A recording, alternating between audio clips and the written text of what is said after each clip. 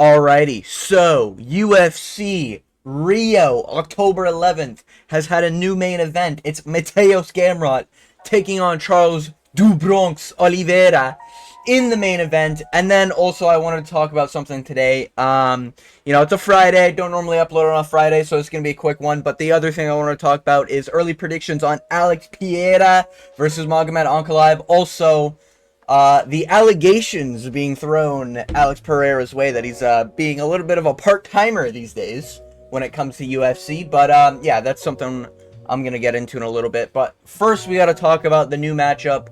Charles Oliveira is taking on Mateus Gamrot. Originally, it was Charles Oliveira versus Rafael Fiziev. That fight fell through. If you haven't heard, Fiziev has already come out and said his knee blew out again, basically. He said his knee got injured.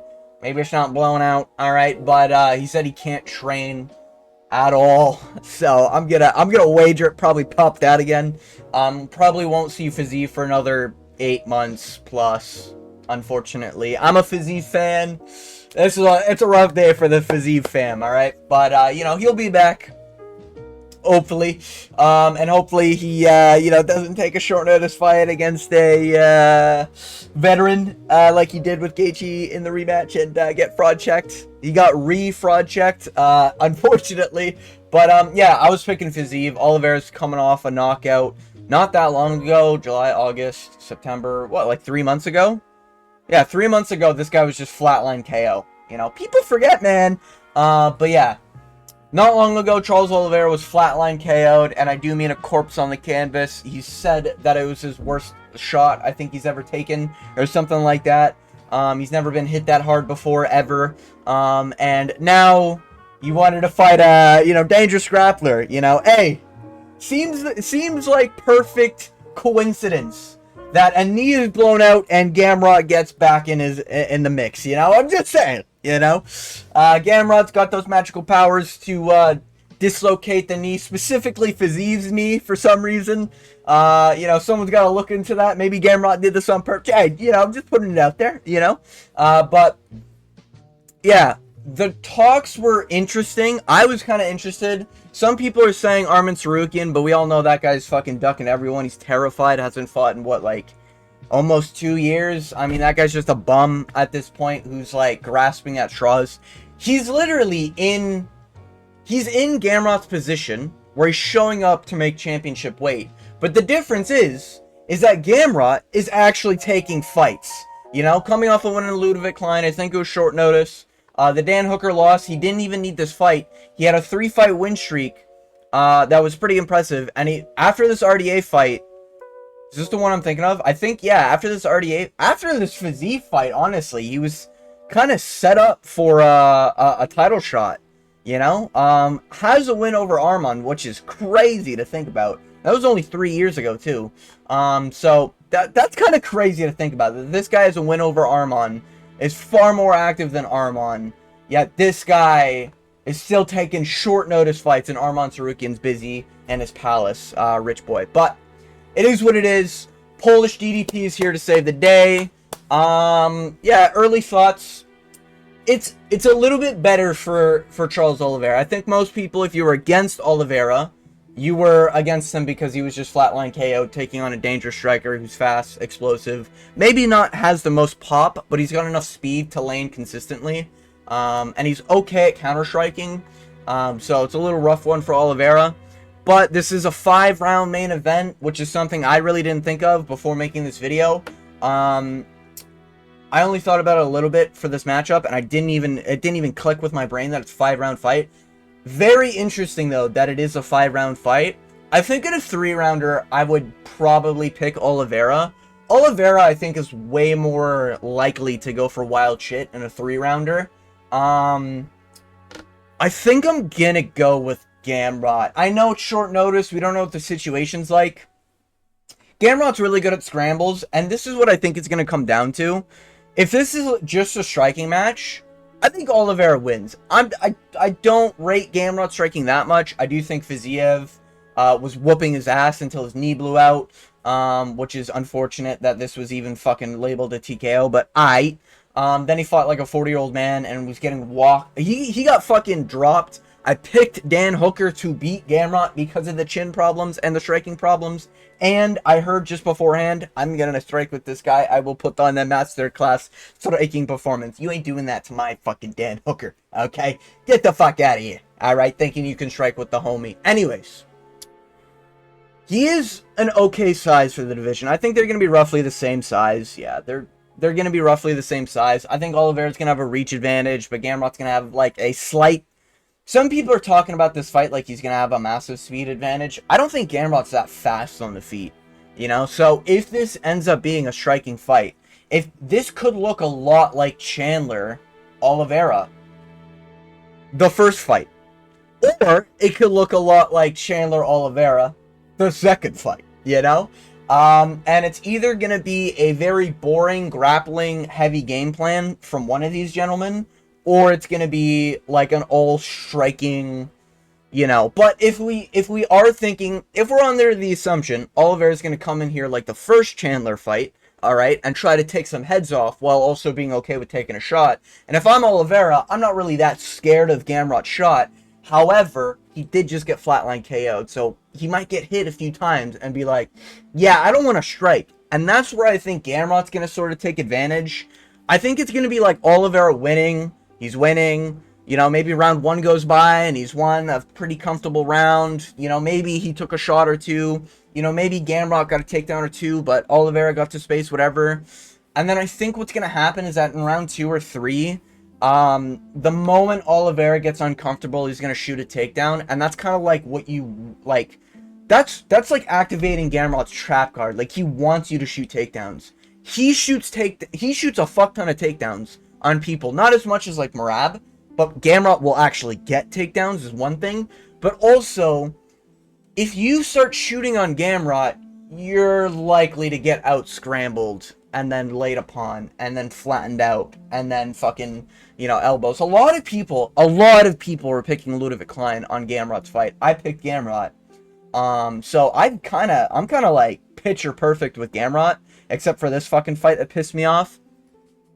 But I've got a pretty good understanding of Gamrot, in terms of like his skill set, in my opinion, obviously. But it's a very interesting fight. So far, right now, slight lean for Gamrot.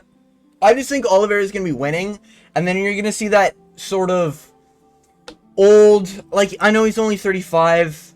He's practically going to be 36 by the fight. When's Gamrot's birthday? Okay, yeah, they're, you know, only like a year-ish apart, year and a couple months, but I just think we're going to see an Oliveira have that, like, oh, this guy's retarded moment, you know? Like, oh, this guy's a fucking retard moment, you know? Like, when you see like, Kelvin Gastelum wobble Israel Adesanya and then shoot a takedown, I think we're going to see that, but it's going to be Oliveira going to be doing well, and then he's going to get cracked, you know? Gamrot can get cracked, and he's okay with being cracked, and he'll still do Gamrot things. You know, he'll still shoot a takedown even though he's wobbled. He'll still do shit like that. And for the most part, like, he's good at getting a takedown. He's good at keeping a okay distance. Typically, he is open for that right hand. But I'm more willing to believe Oliveira at some point is going to, like, get pressured, get cracked off a counter strike. We're going to see him wobbled or something. And then he might try to go for that clinch like he did on fucking Ilia Topuria, or trip, or a fucking takedown, and that's where we're gonna see Gamrot, like, the moment Oliveira goes for a clinch, I feel like that's easy pickings for Gamrot to just, like, trip, takedown, I'm inside control, okay, get to full mount. And I'm not trying to say Oliveira's like a dumbass on the ground by any means. His BJJ is great offensively. I do think, and defensively, he was dangerous. I don't think defensively he's been dangerous, like, recently. Like, I mean, fuck, he was struggling with Chandler in moments in round 4 and 5. So I'm, you know, just saying, right? And if he's not finishing Michael Chandler, I just don't see, in a 5-rounder, fully prepared camp, Michael Chandler, I don't see how he finishes Gamrot. I really don't, you know? I could see, like, a late round finish, or like a, you know, Gamrot's a little too injured and the gas tank is really being affected by a short notice. Like, that could happen, but that's me relying on, like, generic fighter problems. I feel like Gamrot doesn't have gas tank problems. I feel like he's He knows what he's in for against Oliveira. And I do really worry that Oliveira is just going to be brain dead in one moment, get taken down. And that's where you're going to see Gamrot, like, shine. You know? And then in the next rounds, Oliveira is going to be, like, a little bit more... He's going to go for some stupid wild shit like he's done before. He tried a flying knee on Islam. He got cracked and pretty much knocked out because of it. Then he got submitted on the ground, obviously. You know, the Beneil Dariush fight, it was a rocky one, but he got it done. Like a dicey one in moments, but he got it done. The Arman Sarukian fight, like, he ate a big kick, but that was before he got cracked by Ilya, you know? And then he also struggled in the grappling against Arman Sarukian, and you could MMA math this, and Gamrot beats Oliveira, because Oliveira lost to Sarukian, Gamrot beats Sarukian, you know what I mean? Like, you could MMA math that. I just think this is either going to look like Chandler 1 or Chandler 2 versus Oliveira. And I think it's going to be Chandler 2, but reverse, where you're going to see Oliveira do a bunch of dumb, wild shit, get taken down because of it, and you're going to see Gamrot get the back. You're going to see Gamrot get full mount. You're going to see Gamrot lay on top, you know, land some elbows. And Oliveira is likely to go for some wild choke, and we're probably going to have a moment where it's like, you know... He does something stupid, gets taken down. Oh, he's going for a choke, guys. Oh, that's a buggy choke. Oh, he's going for it. He's going armbar, you know? And then Gamrot's just going to survive it, weather the storm of full in-guard Oliveira, and then just lay elbows sometimes, you know, strike a little bit here and there. Yeah, just be Gamrot and be a little boring. But I do think Gamrot, in a 5-rounder... slightly in Gamrot. If this was a 3-rounder, I'd be probably leaning towards Oliveira, because that wild shit would probably work. A full, like, I'm in Rio, I need to get the hype up and everything, but I just think, man, Gamrot's short notice, I don't think is going to take a lot off Gamrot. Gamrot's been doing this, you know? I want to say the Fiziev fight was a little bit short notice. The Dan Hooker one, I want to say, was like within a month or two of them knowing, something like that. Yeah, so, I don't know. I think it's going to be a little... Ludovic Klein, I think Ludovic Klein was supposed to fight No, it was supposed to be Gamrot versus someone. That someone pulled out, and then it was Ludovic Klein, I believe. But regardless, like, Gamrot knows this. Like, this is sort of his territory, you know? He's just going to be in Brazil. And outside of a robbery decision, like, Oliveira's best chance is something wild in the late rounds for a submission, you know? Oliveira's been there for 5 rounds of cardio, so I think he will be there for 5 rounds. I just don't think he's going to be able to deal with, like, a wrestler who wants to wrestle. Like, Chandler, that guy's a fucking moron. He just does wild shit, picks people up and dunks them for no reason. Like, he'll just do it, be gassed out, and then get his ass kicked, you know? But I think Gamrot's going to be there, taking this guy down, like, shooting takedowns, and Oliveira's going to have to deal with it, you know? And I think we're just going to see brain-dead moments from Oliveira, you know? But he could get it done. I think Gamrot's going to get it done slightly. That's my early prediction. We move on to the next topic that I wanted to talk about. Also, just quick mention, Diego Lopez just throwing his hat into the mix. Hey, oh my god, the Lopez aura's nice, man. After picking him to beat Gene Silva, what can my king do more? You know, he's throwing his hat in, going against the, you know, #1 contender fight, arguably, in the lightweight division, up a weight. I mean, just my king doing my king things, okay? But anyways, just wanted to mention that. My king, Diego Lopez, remains my king. That guy's a G. Oh, he's so fucking cool. Anyways, moving on to the Alex Pereira allegations being thrown around. I am an Alex Pereira fan, okay? I did pick Alex Pereira in the first Magomed Ankalaev fight. That's mainly because I wanted to see Pereira do Pereira things. And I will say this, as someone very biased towards Alex Pereira, who's picked him in, I think, every single matchup. Yeah, I think I've picked him in every single fight. Yeah, I'm pretty sure I picked at light heavyweight. I think I've picked him in every single fight at light heavyweight, because I don't think I was predicting fights during the Adesanya stuff. But once he got to light heavyweight, I was full throttle Alex Pereira. I'm off the train now. Sorry, guys, had to say it. But There's some allegations that the reason why Pereira was doing shit in the first fight and while he got like outstruck and why he didn't look like Pereira or whatever the excuses are is because he got or because he's a part-time fighter. He's doing podcasts and he was like going on podcasts, doing bits with people, going to steakhouses, all this shit. I'm just gonna say this. That is just Pereira at this point. Like, if you think he's more locked in now just because the social media isn't that active, I mean, we've been here before. We've done this before. We've seen O'Malley, Merab, alright? Was the first fight with O'Malley, Merab close, in my personal opinion? Being very O'Malley biased? Yeah, I do think you could still give that fight to O'Malley. Just saying. And I do think this Pereira-Ankalaev first fight was close. I think it's a lot closer than people are, like, making this up to be. It was a 3-2, and arguably 2 of the 3 Ankalaev rounds or swing rounds that you could give to Pereira, you know? If this was in Brazil, massive, like, bias towards Pereira, a 4-1 Pereira card wouldn't have been the craziest thing I've seen that night, you know? And we've seen some crazy scorecards, so that's saying something. And if we're talking about who they wanted around, UFC don't want Magomed Ankalaev around. This guy's boring as fuck. His striking is boring. He somehow lowers the IQ of his opponents. Somehow. Like Rakic doesn't throw leg kicks. That's the one thing Rakic does. But maybe Yuri took his soul. You know, that's possible. You know, draw against Jan Blachowicz. Like, a lot of dumb shit with Magomed Ankalaev. UFC does not like him. They don't want Magomed Ankalaev around. Yet the judges gave it to Ankalaev, and probably the closest decision of Pereira's UFC career. You know, I think the Jan Blachowicz one was genuinely a clear Pereira. I do think this Ankalaev fight was like pretty close, not like the closest fight of the year or something like that, but it was pretty close. And that was only March, man. Damn, time flies, eh? Holy fuck. Anyways, it kind of feels like that was actually a lot longer ago. Damn. Anyways.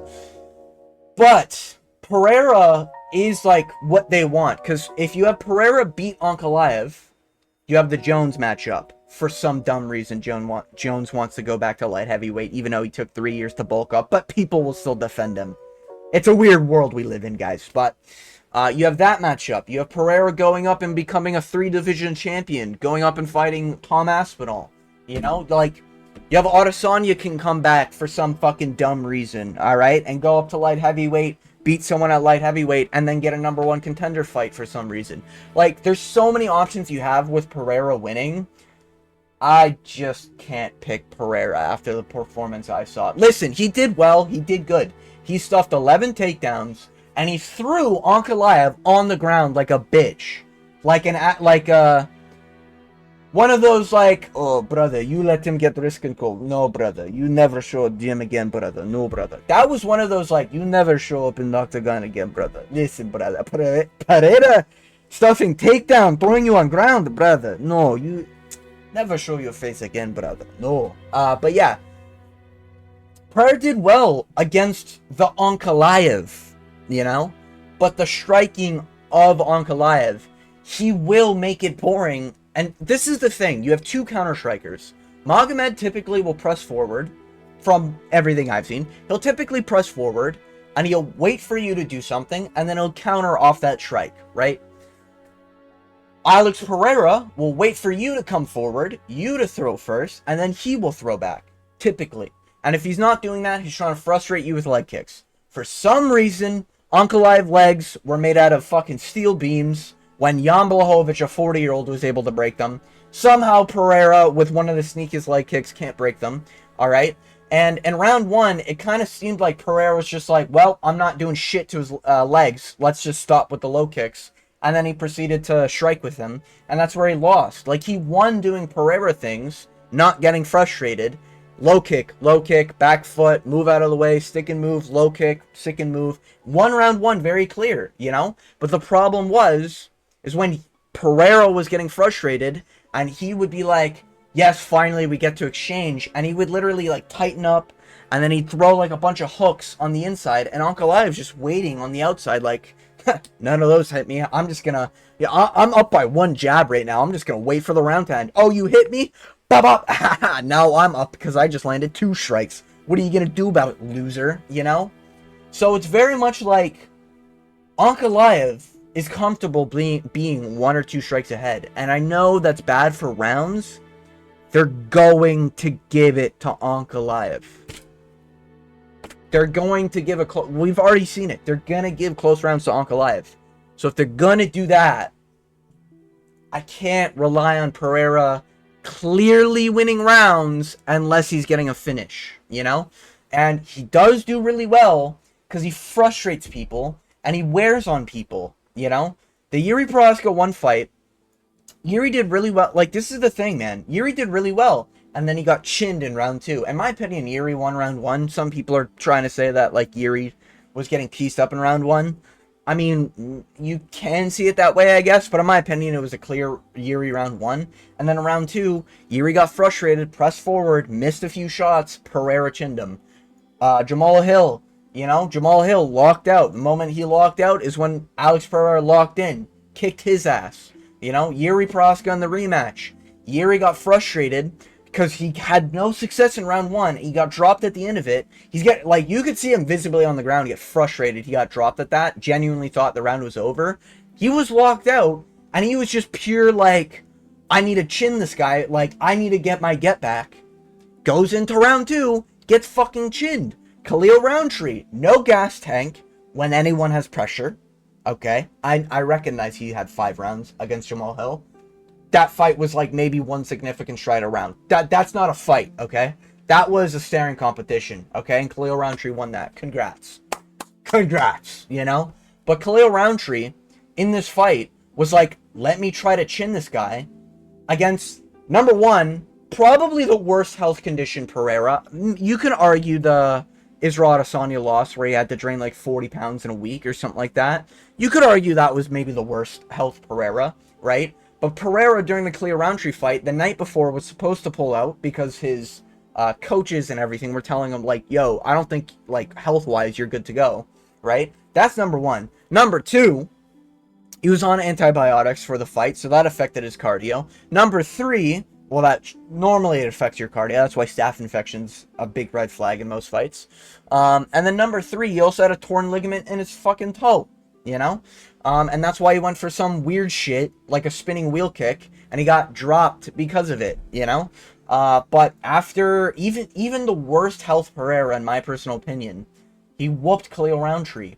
We saw, arguably, one of the, and Pereira stated, I'm not going to get specific, I don't want to make excuses, you know, my team thought we won that fight. And listen, again, close fight, in my opinion. But you can't leave it close like that. You can't. And in Pereira's old age, this guy is 38 years old. Okay? And I know it's like, he's been old for his career. At some point, Father Time takes all. I just can't see Pereira doing better than he did in the first fight. I can't. He got wobbled really bad in round 2. He got frustrated in round 3 and 4. And round 5 was pretty close, but you know, you could give it to Ankalaev. I give it to Pereira. But like round 3 and 4, they're kind of swing rounds, and Ankalaev really only clearly won round 2. But it's just like Pereira was the one getting frustrated. In a counter-striking match, you can't be the first one getting frustrated because that's what your opponent wants, you know? And I feel like Pereira's gonna have that. I need a win. I needed some aura back. Like, he needs that right now. And he could nonchalant show up, make us all look like a fucking idiot, sleep Ankalaev in round 1, make it look so easy, right? He could. I have to go with the guy that I just saw beat this guy arguably 4 rounds. Arguably 4 rounds.